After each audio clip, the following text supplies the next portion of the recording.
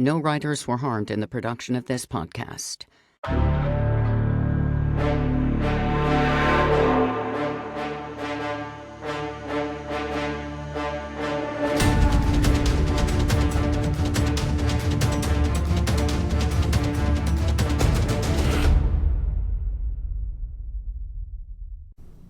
Today in the interrogation chair, it's Dossier member Claire Isenthal, author of the hit novel The Rising Order, and out now with her follow-up, The New Order. In this episode, we have a special appearance by today's co-host, Mindy Carlson, author of Her Dying Day from Crooked Lane Books. Mindy and I pummel Claire with questions about hacking the Google search algorithm, navigating the crazy publication game, and whether it's worth attending any of those writers' conferences out there. Hang on as I try to hold my own between Claire and Mindy, and welcome to the Dossier Podcast.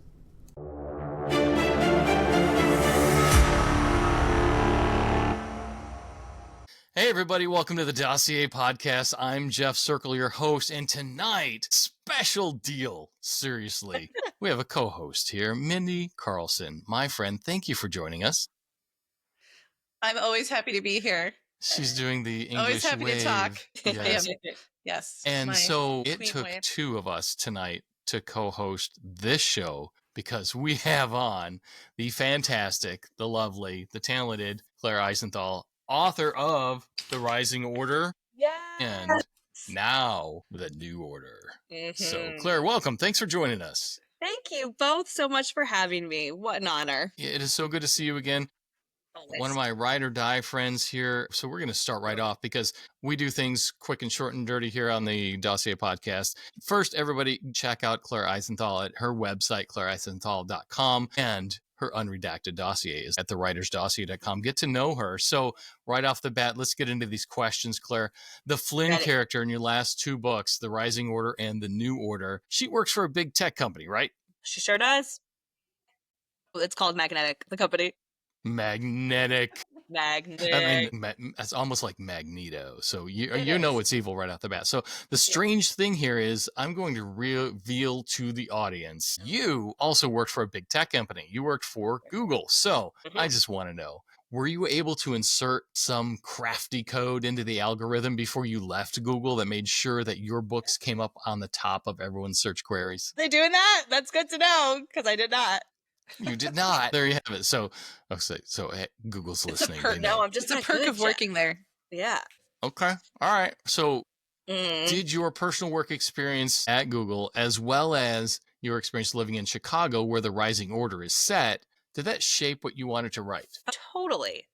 I started writing The Rising Order, close to like 9 years ago at this point. Flynn as a character very much reflects the life stage that I was in at that time. And so I think you continue to see that evolution with her and The New Order. So that's why I was inspired by Google, and that's why I was inspired by Chicago, is because that's where I lived at the time up until, honestly, COVID. But a lot of my friends, I still have very close friends at the Google Chicago office, and it is those who have read the book laugh because the office in The Rising Order, the Magnetic office, is based on that office. So anyone who would walk into the Google office would see almost like an exact replica of like what the Magnetic office looks like in the book. And you had to have a pre-publication review done? I did. I think it's not as taken as seriously considering it's a fiction novel, but I did just because I wanted to be like extra safe, You don't want Google coming after you. You don't want Google coming after you. You don't. I think the more times I say Google, the better this podcast will do in the ratings. Yeah, it's going up in the algorithm right now. I can watch it. What a good strategy. Let's try it. Let's see if it works.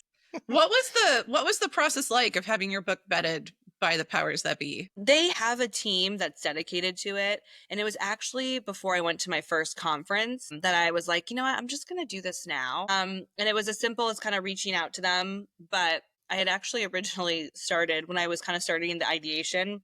In the evening times when I would write the book, I was writing it on my work computer, and I scheduled time with a colleague who had published books, and, you know, just to kind of ask about his experience. Cause at that time I was just dabbling. I was just obviously very interested.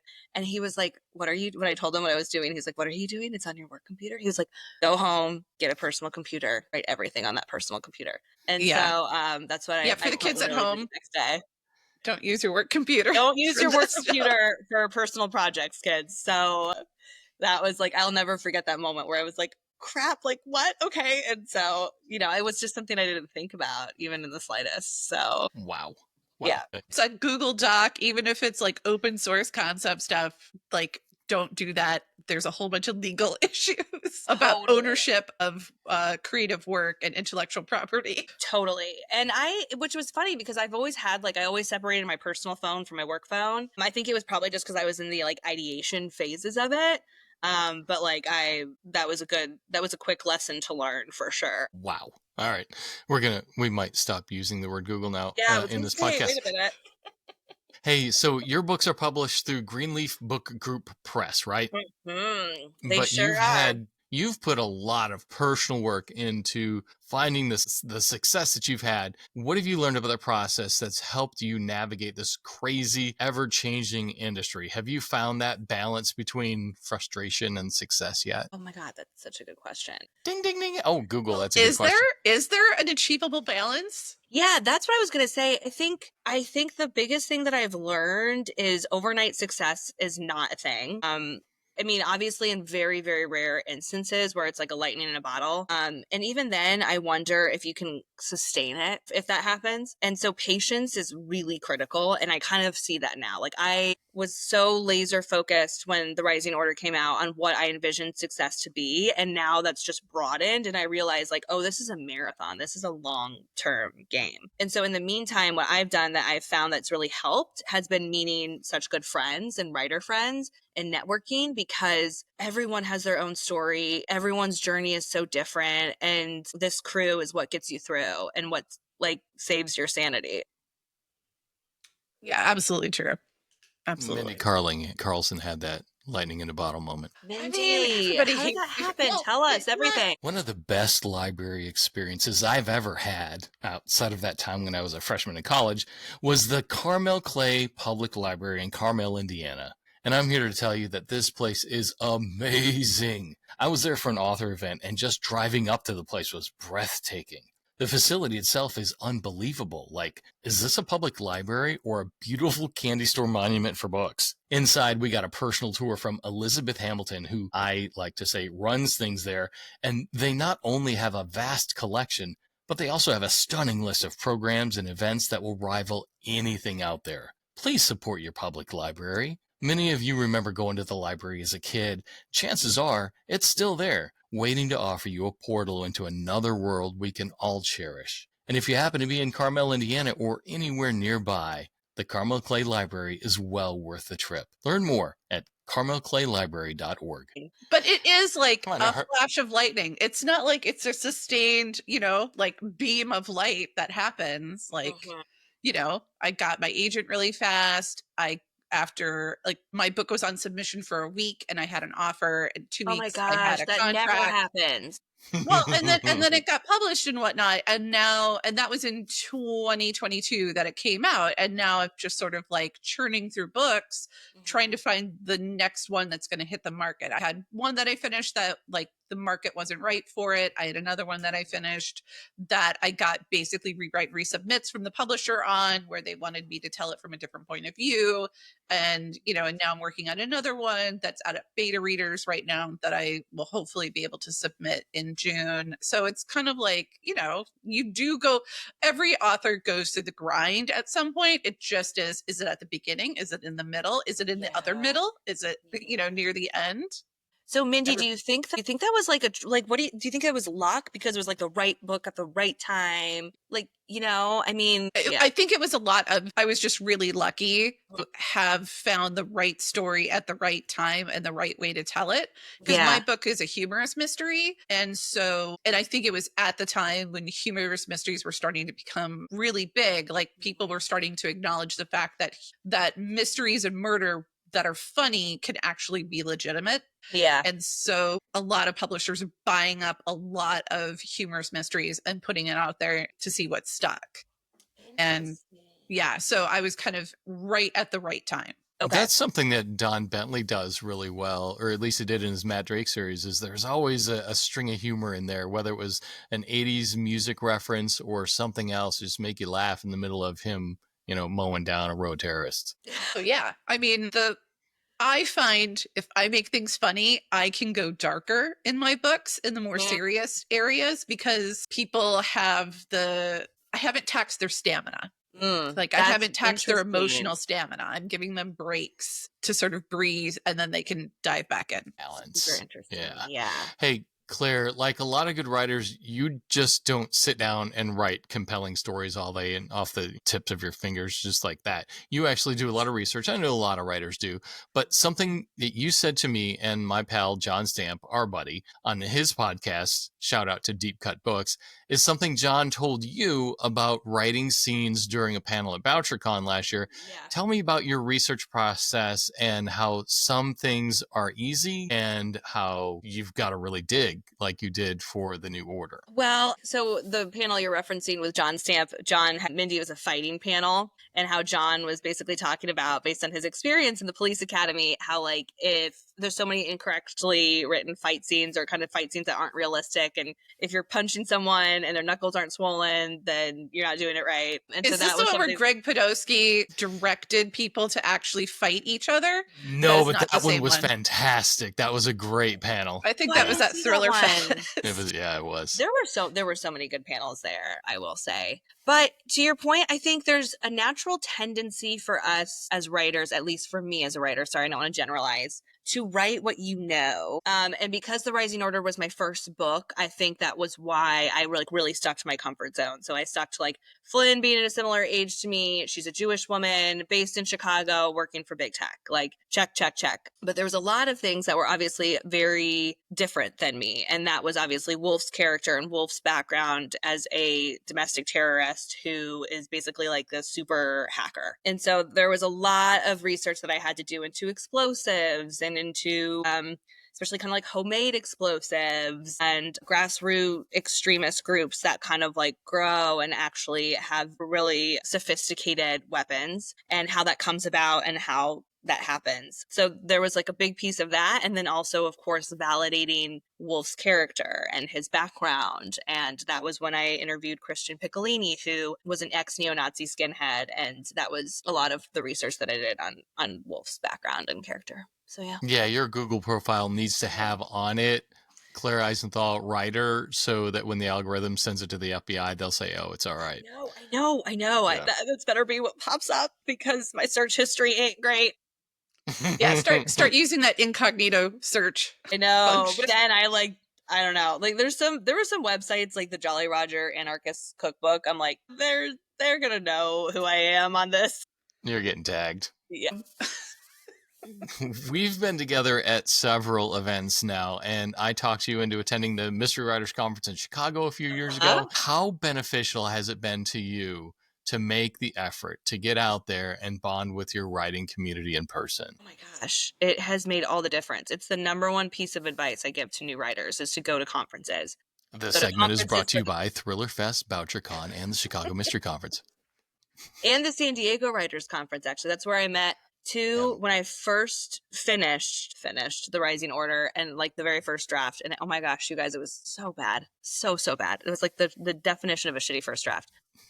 But the two people I met there became a part of my writer critique group, who I've worked with. And that was in 2017. And like, we are still critique partners. Like, they are two of my very close friends. We lead very different lives, very different ages. And so that's like a prime example of like, you know, you walk away with so many friends and relationships, and there's so much value to be had from being surrounded by people who are going through what you're going through, because so many of us don't have that in our personal or regular lives, you know, people who understand. I remember standing in the lobby of the Sheraton right between the bar and the bank of elevators, and Mindy walked up to me and we started talking for a second, and I'm like, her dying day. And like that, whoosh, like Book Ninja, pulled one out of her bag, signed it, said, "Here." Just like, I mean, and since then, Always be And prepared. now here we are together wearing green shirts on the podcast. I know yours is actually literary. Mine is I curling. thought yours was literary at first. No, Mindy. it's all about sports with me. Right, rewrite, Sports. rewrite. I like that, Jeff. I want that shirt. My coolest shirt says allegedly. And that's it. Yep. So, Yeah. you know, I got off and I was in a layover in New York, and this woman got off the airplane and she was booking it. Her t-shirt said, "If at first you don't succeed, it's only attempted murder."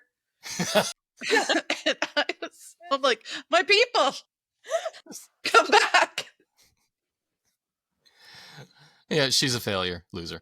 Okay. Yep. So, hey, Claire, shout out to the Carmel Clay Library in Yes. Carmel, Indiana, and the director there. Well, I call her director.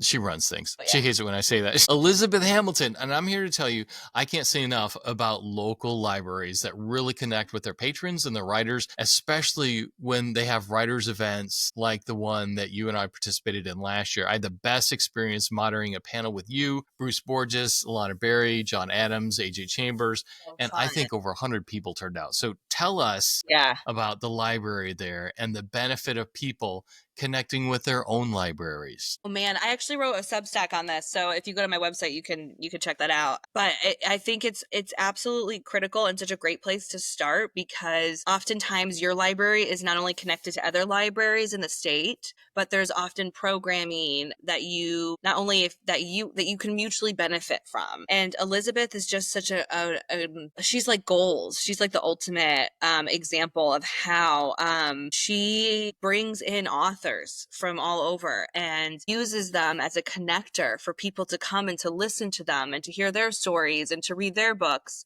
And that's just such a rare opportunity. And so people who come to the events in Carmel come from Ohio, they come from Kentucky, they come from all over the state. And she is just such a facilitator in all of these, like I said, these wonderful events. You know, she puts on like a library after dark, which is like for adults only, where they can come and like play putt-putt throughout the library. And she makes it such like a community center, which I know that's what any library should be, but it's just so much more even than books. It holds such a near and dear place to my heart. And in this book, I in my acknowledgement section, I mentioned Elizabeth because I wouldn't have had the local exposure that I had without her, period.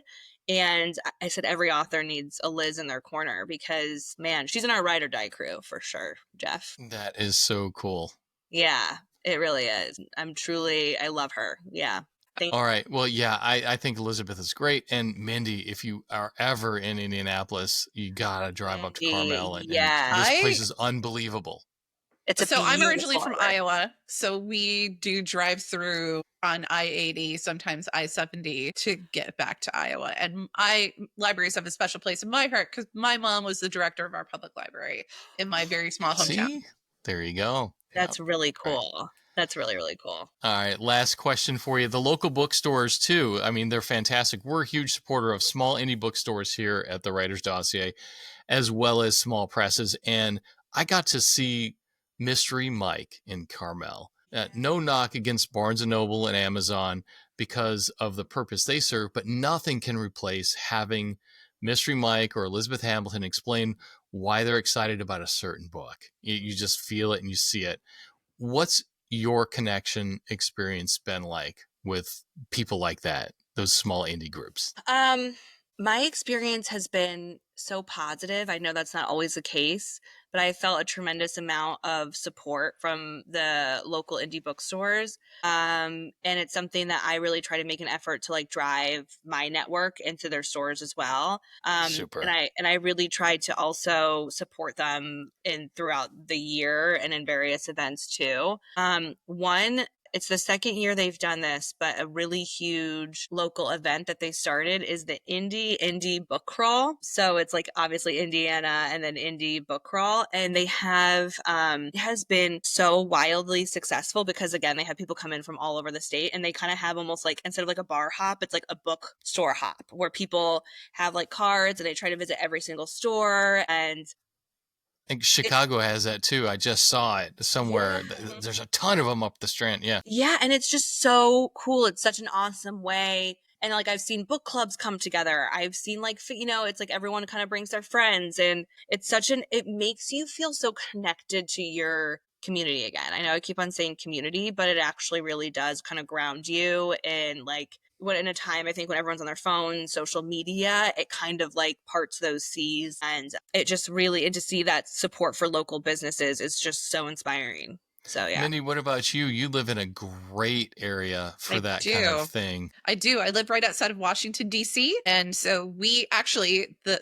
town where I live, Kensington, this weekend is having Day of the Book Festival. And so on Sunday, everybody comes downtown outside of our local bookstore, and we have speakers and vendors and all sorts of stuff. So that is happening actually this weekend. And Malice Domestic is happening this weekend in Bethesda. So you probably have a lot going on.